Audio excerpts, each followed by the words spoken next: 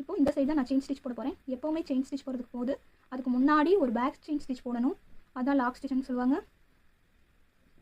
ஒரு பஞ்ச் பண்ணி சரியாக மேலே எடுத்துட்டேன். இப்போ பேக் செயின் ஸ்டிச் போட போகிறேன். ஒரு சின்ன ஸ்டிச், ஒரு பஞ்ச் பண்ணி கீழே உள்ள சரியாக ஒரு ரோல் பண்ணி ஒரு சின்ன டர்ன் கொடுத்து மேலே தூக்கிட்டேன் நீடில். இப்போ என்ன பண்ணணும்னா, இப்போ இந்த சைடு தான் செயின் ஸ்டிச் போட போகிறேன். இப்போ இந்த சைடு போட ஆரம்பிச்சிடலாம். ஒரு சின்ன பஞ்ச் பண்ணி கீழே உள்ள சரியாக ஒரு ரோல் பண்ணி மேலே ஒரு சின்ன டர்ன், நூல் அப்புறம் இந்த நீடில் அண்ட் துணி 3 சந்திக்கிற இடத்துல ஒரு சின்ன டர்ன் கொடுக்கணும். மறுபடியும் ஒரு பஞ்ச், ஒரு ரோல், மேலே ஒரு சின்ன டர்ன், பஞ்ச், ரோல், சின்ன டர்ன். 90 டிகிரியில் தான் நீடில் பிடிச்சிருக்கணும். கடைசியாக இருக்கிறத இந்த மாதிரி மேலே தூக்கி விட்டுட்டு கீழே உள்ள சரியை கட் பண்ணிடணும். கட் பண்ணிட்டேன் பார்த்தீங்களா?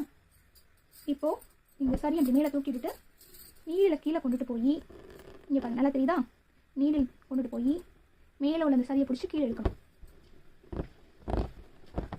இழுத்துட்டிங்கன்னா லாக் ஆகிடும். நெக்ஸ்ட் டைம் எப்படி லாக் பண்ணணும், லாக் ஸ்டிச் போடணும்